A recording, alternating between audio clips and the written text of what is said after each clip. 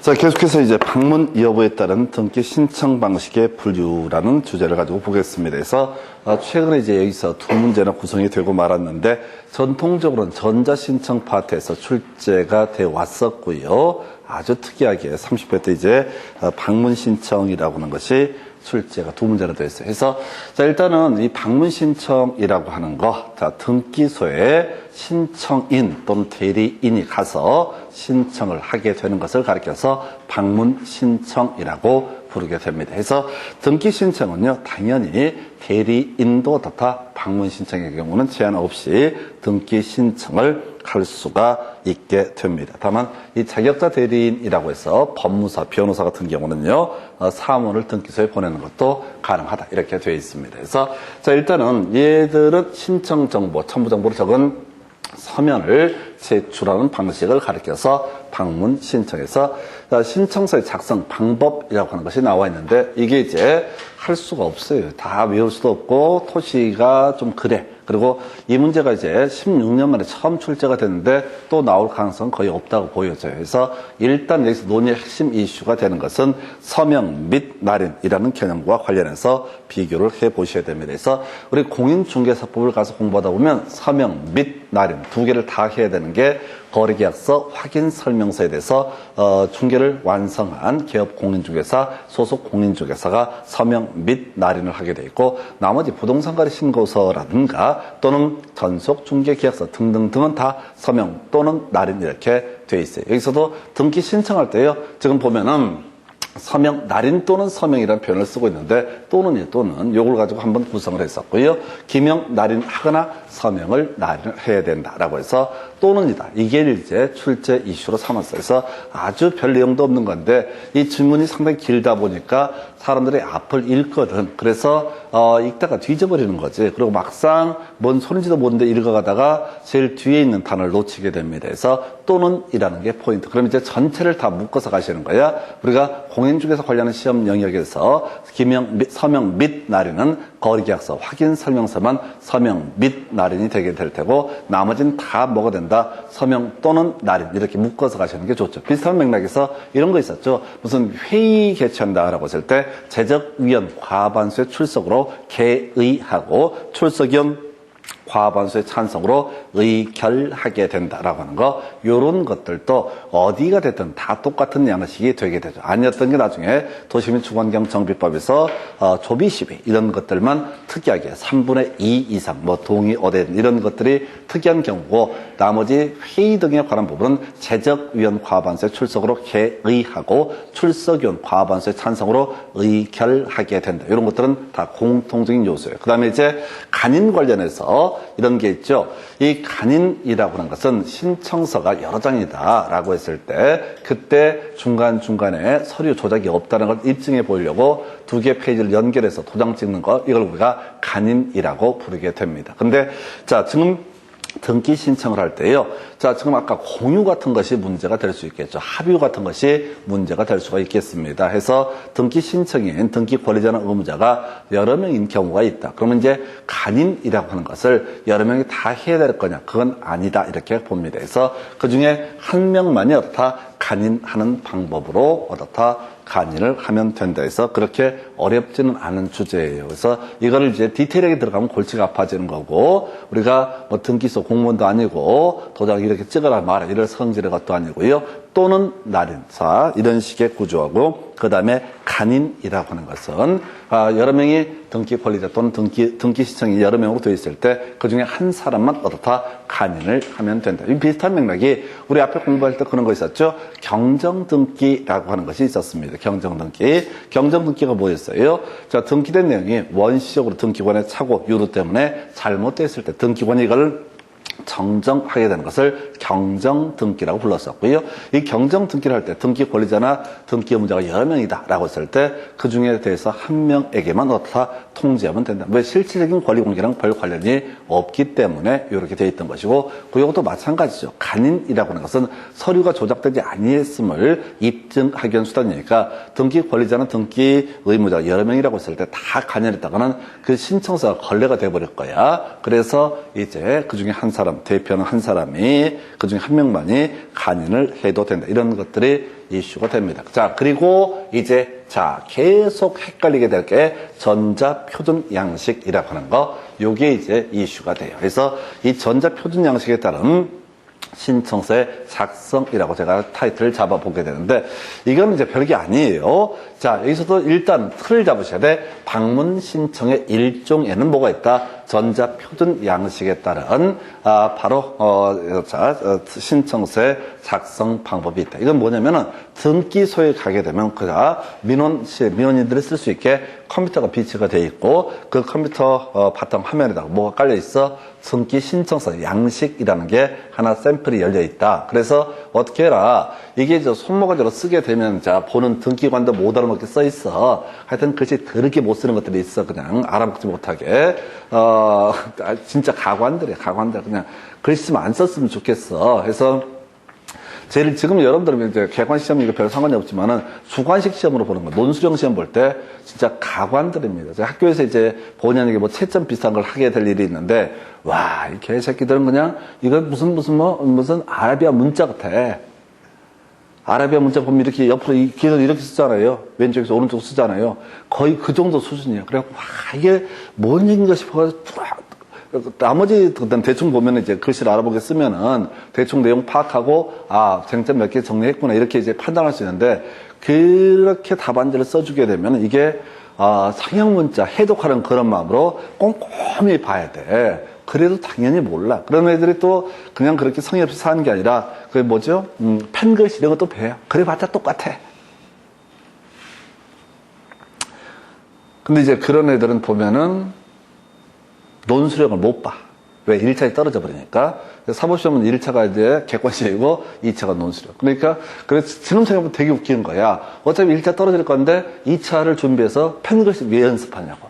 펜글씨 연습할 시간에, 그 시간에 그 객관식 시험 문제를 외우면 되는데. 그래서 미래를 대비해서 미리 준비하는 그런 자세, 멍청한 짓거리가 되겠다 해서 하여튼 외우셔야 돼. 자, 전자표준 양식. 아무것도 아니야. 자, 전자표준 양식. 컴퓨터에 파일 열어가지고 타이핑을 해서 출력을 해서 신청서를 제출하는 양식을 뭐라고 한다? 전자표준 양식. 그래서 이게 얼핏 생각해 보면은 전자표준 양식이라는 표현 때문에 전자신청 같은 느낌이 자꾸 든다고. 전자 같은 말 들어가니까. 근데 이건 컴퓨터 파일을 얘기한다. 그래서 전자표준 양식에 따른 등기 신청의 경우 자격자 대리인이 아닌 사람도 타인을 대리해서 등기 신청할 수 있다. 다시 갑시다.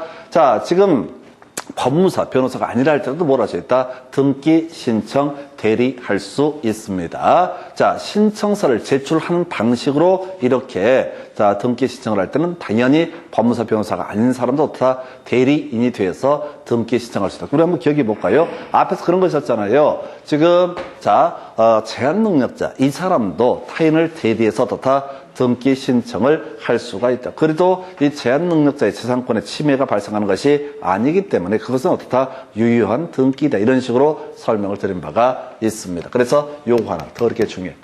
뒤에 가면은 전자신청이라고 하는 것은 타인 대리에서 전자신청을 할 수 있는 사람은 자격자 대리인, 변호사, 변무사만 소위 전자신청을 대리할 수 있기 때문에 전자표준 양식에 따른 등기 신청하게 되면 이게 방문신청이라는 개념이 전제가 되지 않게 되면 마치 전자신청 같은 느낌을 주고, 그래서 바로 자격자 대리인이 아닌 자는 전자신청을 할 수 없다. 그러면 아주 그럴싸하게 느껴지게 됩니다. 되게 중요한 주제. 자, 이건 알면서도 계속 당할 수 있는 파트가 되겠습니다. 이 정도가 방문 신청에 관한 주제. 물론 주요 하이라이트는 전자신청이라고 하는 거. 방문 신청 두 문제는 구성됐고요. 전통적으로 나왔던 것이 전자신청. 해서 전자신청 에 있어서 이제 의미를 보면 이건 이제 거의 인터넷 뱅킹하고 똑같다고 보시면 돼. 어떻게 해야 돼? 먼저 인터넷 뱅킹을 하기 위해서는 은행 지점에 가서 자, 이런저런 신청서를 해서 등록을 먼저 해야 되고요.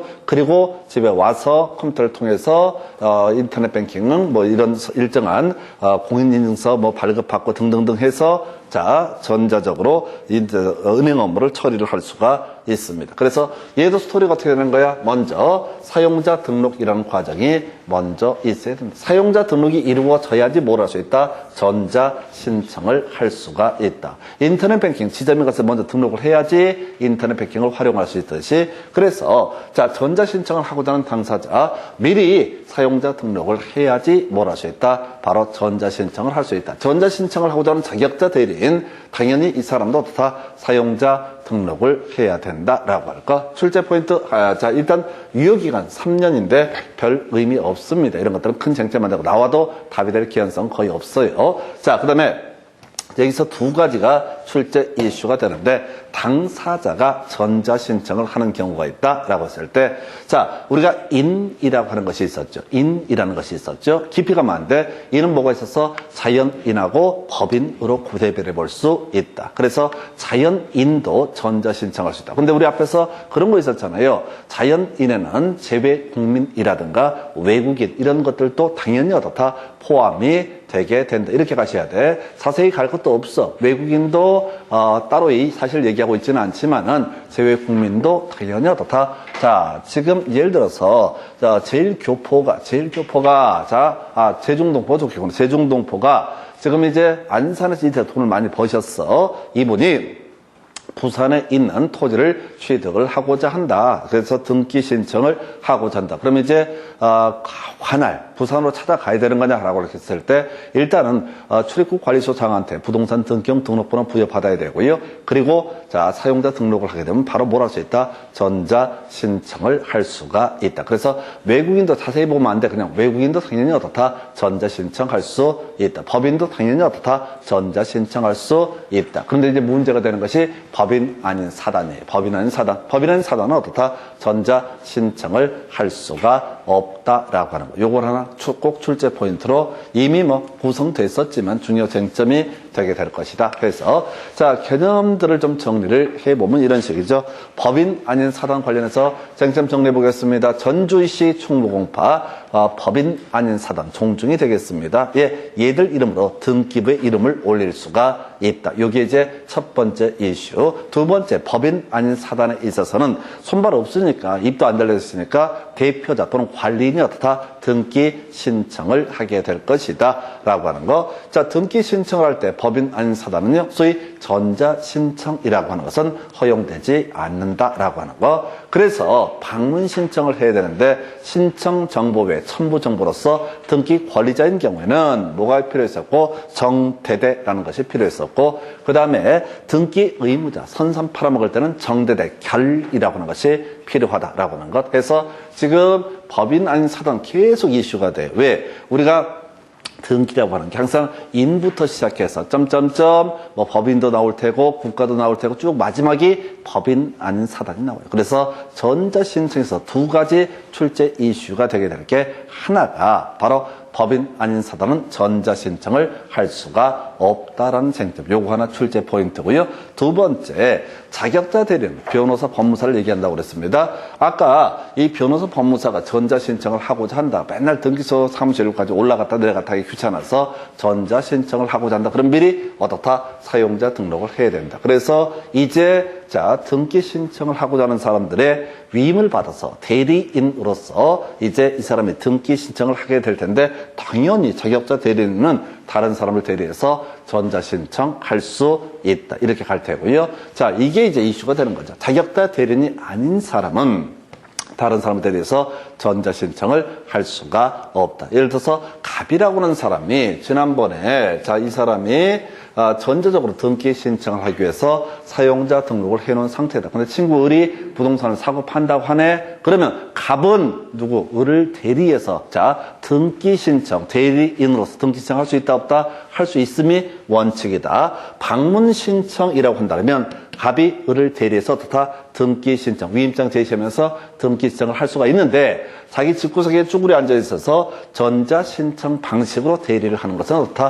허용되지 않는다라는 게 논의 쟁점이 됩니다. 그래서 다시 자, 일반인이 자격자 대리인 아닌 일반인이 타인을 대리해서 뭘 할 수 있다? 등기 신청을 하는 것 자체는 문제가 되지 않습니다. 그런데 이걸 전자신청의 양식으로는 어떻다? 대리할 수 없다라고 하는 거. 그래서 이제 헷갈리게 되는 게 이 이야기가 되는 거야. 바로 전자표준 양식에 따른 등기 신청. 이것은 결과적으로 방문 신청의 일종이기 때문에 방문 신청의 일종이니까 어떻다? 타인을 대리해서 바로 등기 신청을 대리할 수 있는 부분이고요. 대신 단순하게 컴퓨터로 바로 접속해서 처리하게 되는 전자신청, 즉 자격자 대리인이 아닌 사람은 다른 사람을 대리해서 전자신청을 할 수가 없다라는 개념. 이게 이제 이슈. 그래서 여기서 당사자의 전자신청 관련해서 법인 아닌 사단이 포인트고요. 이 개념과 관련해서 쟁점이 되는 게 전자표준 양식에 따른 등기 신청에 있어서는 어떻다? 자격자 대리인이 아닌 사람도 타인을 대리해서 등기 신청을 할 수 있다. 이 두 개가 쟁점으로 보셔야 돼요. 그래서 이미 얘는 한번 나왔었는데 꾸준히 답이 될 수 있는 주제가 될 수가 있겠고요. 그래서 자격자 대리인의 경우는 두 가지 방식, 세 가지 방식 다 가능하죠. 가서 종이 쪼그레 써가지고 어떻다? 등기 신청하는 거 대리할 수 있다. 두 번째, 모두 바로 전자표준 양식이다. 입력을 해서 출력을 해서 제출하는 방식으로도 자격자 대리인이 대리할 수 있다. 그 다음에 세 번째, 전자신청이라고 하는 것을 통해서도 다 대리할 수 있다. 근데 일반인의 경우에는 전자신청이라는 형식을 통해서 대리를 하는 것은 허용되지 않고 가서 종이쪽에 써가지고 하는 신청서 제출 방식 대리할 수 있고 그 다음에 또 하나 전자표준 양식에 따라서 이렇게 등기 신청을 대리하는 것도 어떻다? 가능하다라고 하는 이게 이제 포인트가 되겠습니다. 그래서 별 내용 없는데 하여튼 30회 두 문제나 구성이 돼서 아주 개떡 같았던 그런 문제가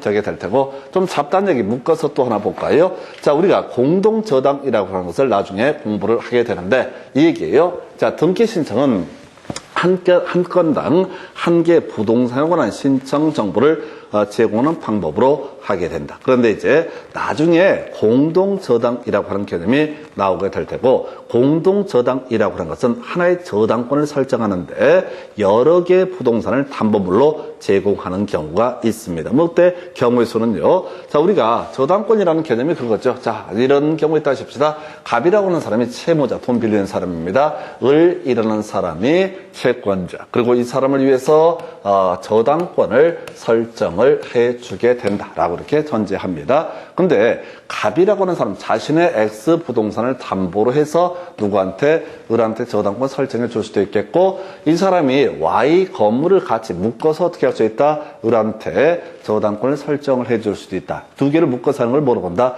공동저당이라고 부르게 됩니다. 그런데 자, 병이라는 사람이 소유하고 있는 자, G라고 하는 부동산까지 이 세 개를 묶어서 어떻게 할 수 있다? 을한테 공동 저당권을 설정해 줄 수도 있다. 자, 담보 가치가 좀 떨어진다고 보는 거지. 그래서 세 개를 다 묶어서 공동 저당을 설정하는 경우도 있다. 그래서 여기서 출제 이슈 같은 채권의 담보를 위해서 소유자가 다른 여러 개의 부동산에 대한 저당권 설정 등기를 신청하는 경우 자, 포인트 같은 등기소 관할 내에 있는 여러 개 부동산에 관한 신청 정보를 일괄해서 제공하는 방법으로 등기를 신청할 수 있다. 그래서 갑소유의 X 토지와 Y 건물, 병 소유의 뭐 Z라고 해야 되나? Z 부동산에 대해를 다 묶어서 누굴 위해서?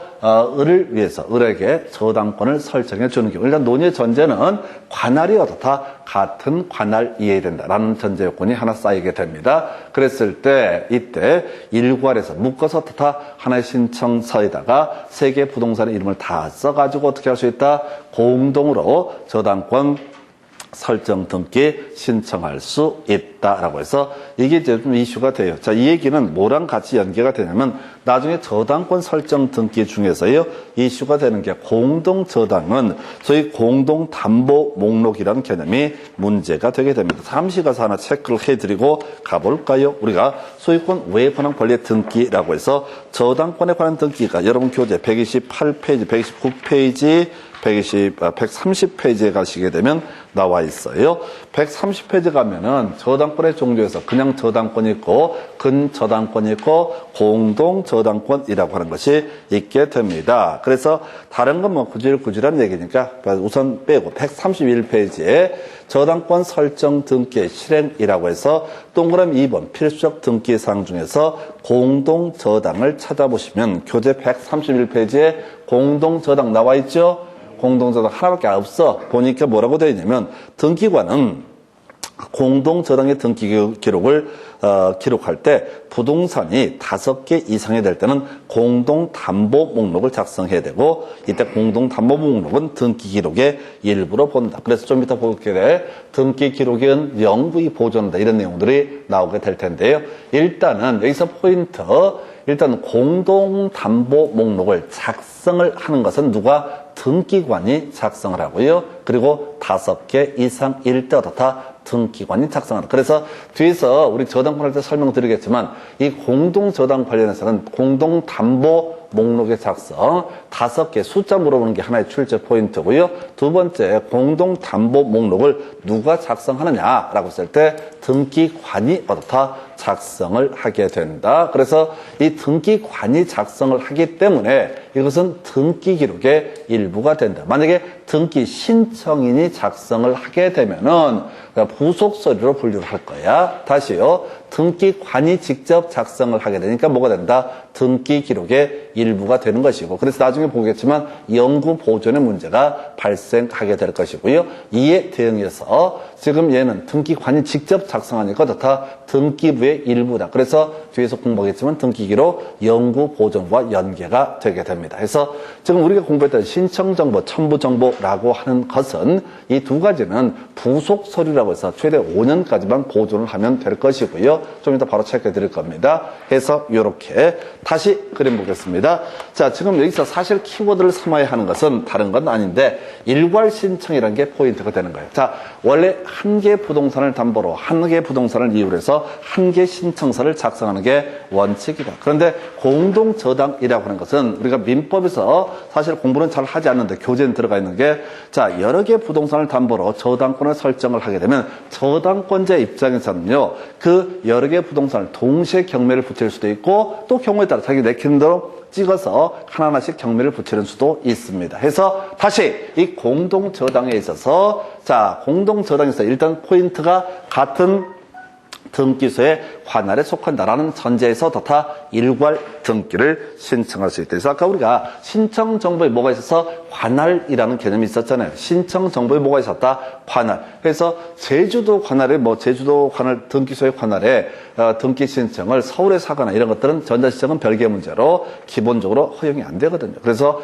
만약에 제주도 땅 일부, 자, 성남 땅 일부, 충남 당진 땅 일부를 묶어서 공동저당을 설정할 때 이건 안 된다는 거지. 그래서 일단은 관할이 통일됐을 때 이때 공동저당 그리고 여기서 포인트는 뭐라고요? 일괄 신청이라는 개념이 나오죠. 그래서 실제 여기서는 바로 같이 가볼게. 이거 이 얘기가 나와. 등기 신청의 취하라고 해서 자, 일부에 대해서 어떻다? 하나의 신청서로 수개 부동산에 관한 등기 신청을 한 경우 일부 부동산의 등기 신청은 어떻게 할 수 있다? 취하할 수 있다. 그냥 세트로 가시는 거야. 이게 한 번은 일괄 신청이 나온 적이 있었고 그리고 너무 오래전인데 한 번은 일부 취하가 나와. 일괄 신청이 전제가 돼야지 어떻다? 일부 취하니 뭐니 이런 문제가 발생할 여지가 있게 되는 거죠. 그래서 일괄 신청이라는 개념이 전제가 돼야 어떻다? 일부 취하의 문제도 발생할 여지가 있다. 이렇게 그림을 잡게 됩니다. 해서 자, 요 정도 하나 보셨고요. 해서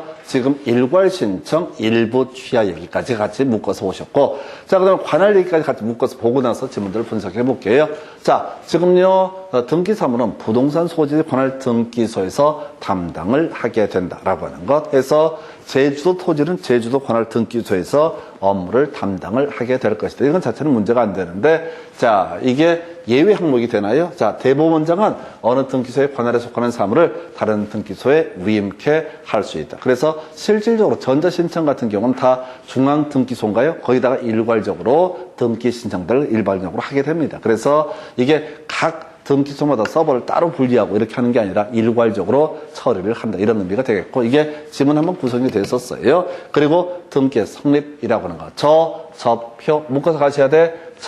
저표 저장된 때 어떻다? 접수된 것으로 보고 접수된 때부터 어떻다? 그 효력이 발생한다. 이걸 응용 들어가면은 어떻게 저장된 때부터 어떻다? 효력이 발생하게 된다. 이 정도가 등기에 관한 기본적인 구조에서 신청 등에 관한 쟁점에서 일단 일괄 신청이라는 개념 하나 체크해드렸고요. 그 다음에 일부 취하라는 개념도 같이 묶어서 보셔야겠고, 관할 얘기 지문 한번 구성이 됐고요. 저표. 그래서 등기 관련해서는 저저표 이 개념을 알고 있어야지 나중에 뭐를 가지고 지금 이제 공인중개사법 이런 데서 논의하는 또 주택임대차 보호법에서는 등기 순위 얘기를 이해하실 수 있죠. 그래서 저표라고 하는 거, 저장된 때 일단 접수된 것으로 보고, 접수가 되고 나서 등기 사무가 많아가지고 일 처리가 좀 더디 가더라도 나중에 등기가 실행이 됐다는 전제에서 접수된 때부터 그 효력이 발생한다. 우선 여기까지 지문들을 가지고 체크를 해보겠습니다. 여러분 교재 95페이지 가서 오른쪽에 첫 번째 박스 볼 텐데 사실은 큰 의미는 없어요. 말장난하고 있는 거라서. 1번 자격자 대리인이 아닌 사람도 타인을 대리해서 전자신청을 할 수 있다 해서 아까 설명드렸던 거죠. 자, 전자신청은 누구만이 할 수 있다? 자격자 대리인만 할 수 있다. 바로 비교해서 전자 표준 양식에 따른 등기 신청은 자격자 대리인이 아닌 사람도 타인을 대리해서 등기 신청을 할 수 있다. 이렇게 가야겠고, 2번 점은 신청서 자, 필요 없고요. 서명하고 날인해야 된다 라고 나와 있죠. 요거는 이제 아주 주일놈들이야. 이렇게 안 내도 어차피 다 떨어질 건데 뭔 일을 개지를 하는지 해서 서명 또는 날인 이렇게 되어 있는 것을 하고 날인. 이거는 학원 강사도 못 풀어요. 등기 사무를 공부할 내용도 아니고. 자, 3번 등기 신청서에는 끄트머리 기명 날인하거나 서명해야 된다 나와 있죠. 또는이라고요. 포인트가. 4번 점은 신청서에 간인을 하는 경우 끄트머리 한 명만 어떻다 간인을 해도 된다라는 의미가 되겠습니다. 지문 읽어볼까요? 등기 권리자가 여러 명이고 등기 의무자가 한 명일 때 등기 권리자 중 한 명과 그 다음에 등기 의무자가 간인하는 방법으로 한다. 이렇게 정리를 해야 되겠죠. 그래서 간인은 어떻다? 그 중에 한 명만 해도 된다. 이런 식의 취지. 그리고 답이 됐던 거. 이게 이미 답이 됐고 앞으로도 끊임없이 답이 될 거고 앞으로도 똑같은 문제를 해도 계속 틀리게 될 문제가 이 문제야. 전자표준 양식에 따른 등기 신청의 경우 자격자 대리인 아닌 자도 타인을 대리해서 등기 신청을 할 수 있다 해서 30회 때 답이 29회인가 답이 됐어요. 앞으로 지금 30회 때 안 나왔으니까 31회쯤에서 틀린 걸 고르셔야 할 때 이 지문 하나 뽑아낼 수가 있을 겁니다. 그래서 지금 우리 앞에서 기억하실까요? 주등기, 부기등기 할 때 조금씩 계속 바꿔서 출제했던 그런 영역들이 있었어요. 이거는 이제 지금 기존의 나머지 간인 서명 또는 날인 이런 것들은 너무 유치한 문제이고 어찌됐든 그건 이제 준비하기 힘든 것이고 여기서는 전자 표준 양식에 따른 등기 신청이라고 하는 거. 이건 결국은 방문 신청이기 때문에 자격자 대리인이 아닌 사람도 타인을 대리해서 등기 신청할 수 있다. 이렇게 이제 봐야겠고요. 그 밑에 전자 신청에서 미리 다 외웁시다. 읽지 말고 전자 신청에서 포인트가 되는 게 뭐라고요? 자격자 대리인이 아닌 사람은 타인을 대리해서 전자 신청을 대리하는 것은 허용되지 않는다라고 할까. 두 번째 이슈가 됐던 것이 법인 아닌 사단이라는 것은 전자 신청을 할 수가 없다. 아마 제일 유력한 게 법인 아닌 사단일 거예요. 왜? 지금 문제를 쭉 보다 보면 법인 아닌 사단은 꼭 한 문제씩 끌고 들어오거든. 여기서도 정대대 결과코도 구성을 하고 그다음에 법인 아닌 사단에 있어서 대표자 관리인이 등기 신청을 하게 된다. 이런 것을 가지고 끌고 오기도 하고 하여튼 다양하게 구성을 해요. 그래서 제가 그동안 시험에 답을 뽑지 않았던 주제 중에 하나가 법인 아닌 사단에 있어서 부동산 등기형 등록번호라고 하는 것은 누가? 시군구청장이 부여한다. 법인 아닌 사단에서 부동산 등기형 등록번호 시군구청장이 부여하게 된다. 그것만은 꼭 기억을 해 주십사. 해서 부동산 등기형 등록번호 그동안 주로 제외국민 외국인만 가지고 출제 쟁점을 삼아 왔었지요. 그런데 이제 추가해서 하나 기억을 해 주실 것. 그 정도고요. 여러분 교재 이제 95페이지. 자, 두 번째 박스. 외국인. 자, 끝머리 전자신청할 수 없다. 틀렸죠? 외국인도 다 전자신청을 할 수가 있다. 그러니까 이런 것도 그래 등기법도 기본적으로 주어서 끊어가시면 대충 감 잡아. 뭐 자세히 본다고 해서 그걸 아는 게 아니거든. 이 문장을 외울 수 있다고 생각하는 게 그게 오만이에요. 절대 불가능한 일이야. 토식하고 장난치면 어쩔 수 없어요. 자, 해서 1번 틀리게 뽑았고요. 법인 아닌 사단 전자신청할 수 없다. 없다인데 오른편 따로 기억하실 주제. 다 돼! 다 되는데 유일하게 전자신청이 안 되는 게 뭐가 됐다? 법인 아닌 사단이라고 하는 거. 넘어가서 여러분 교재 이제 96페이지 가서 보시게 되면은 특별한 사정이 없는 한 등기 신청은 한 건당 한 개 부동산의 경우에 자, 신청 정보를 제공하는 방식으로 한다라고 해서 오른편 신자 해서 되어 있고요. 2번 같은 채권의 담보를 위해서 여러 개 부동산에 대한 저당권 설정 등기를 신청하는 경우 부동산의 관할 등기소가 다르면은 한 건의 신청 정보라 일괄해서 등기 신청을 할 수는 없다. 이게 디테일하게 나왔다고 해서 관할이 동일했을 때만 어떻다. 한 건의 신청 정보를 해서 일괄해서 등기 신청을 할 수가 있다. 이렇게 같은 것이고요. 그럼 관할이 다르면 어떻다. 한 건의 신청 정보를 일괄해서 등기 신청을 할 수는 없다. 3번 같은 채권의 담보를 위해서 소유자가 다른 여러 개의 부동산에 관한 저당권 설정 등기를 할 때 한 건의 신청 정보를 일괄해서 신청할 수는 없다라고 해서 틀렸죠? 만약에 있다 그러면 출제 오류입니다. 있다 그러면 출제 오류예요. 왜? 같은 등기소 관할이란 말에 빠져 있잖아. 그죠? 다시. 이게 출제하는 기술이라고요. 지금 일괄 신청은 같은 채권의 담보. 두 번째, 관할이 동일할 것. 그래서 한 건의 신청 정보를 일괄해서 다 등기 신청을 할 수가 있다라고 되어 있죠? 두 가지 조건이라고요. 같은 채권 담보. 두 번째, 관할이 동일할 것. 그리고 일괄해서 등기 신청을 할 수 있다. 그래서 2번 지문에서는 뭐라고? 관할이 다르면 일괄해서 신청할 수 없다라고 해서 옳게 구성을 했고요. 그리고 지금 3번 지문이 이런 게 까다로워. 보니까 뭐라고 돼 있다고? 자, 같은 채권의 담보를 위해서 소유자가 다른 여러 개 부동산에 관한 저당권 설정 등기를 신청하는 경우 만약 이걸 한 건의 신청 정보로 일괄해서 등기를 신청할 수 있다라고 출제를 해버리면 무슨 문제가 터진다고? 관할이 갔네 틀리네 이 시비를 건다고. 관할 빠져있으니까 난 틀린 줄 알았지 이렇게 나온다고. 그러니까 이게 기분이 끼니까 말도 안 되게 틀리게 뽑는 거야. 그래서 이게 딱 하나가 틀리거나 맞거나 이렇게 가지는 않는다는 거죠. 이 문제는 정확히 아셔야 된다고. 왜? 시험 문제 계속 3번이 나왔으니까. 괜찮은 주제예요, 이거는. 왜? 일괄 신청을 알게 되면 나중에 일부 취하의 개념도 또 이해를 하실 수가 있게 되거든. 다시 갑시다.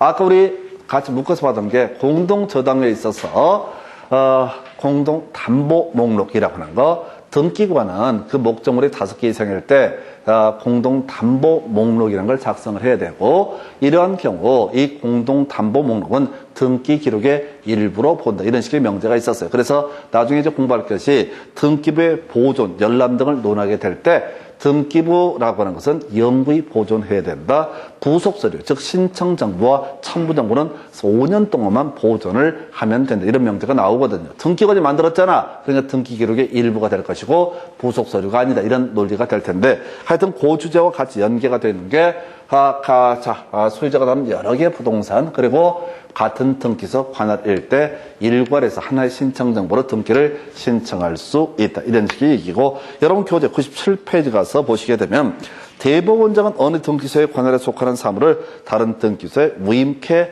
할 수 있다. 이런 식의 질문이 한 번 나왔었어. 해서 일단 이 얘기 전제는 토지 관할이라는 개념이 전제가 돼야 될 것이고요. 그래서 위임케 할 수 있다. 오른편.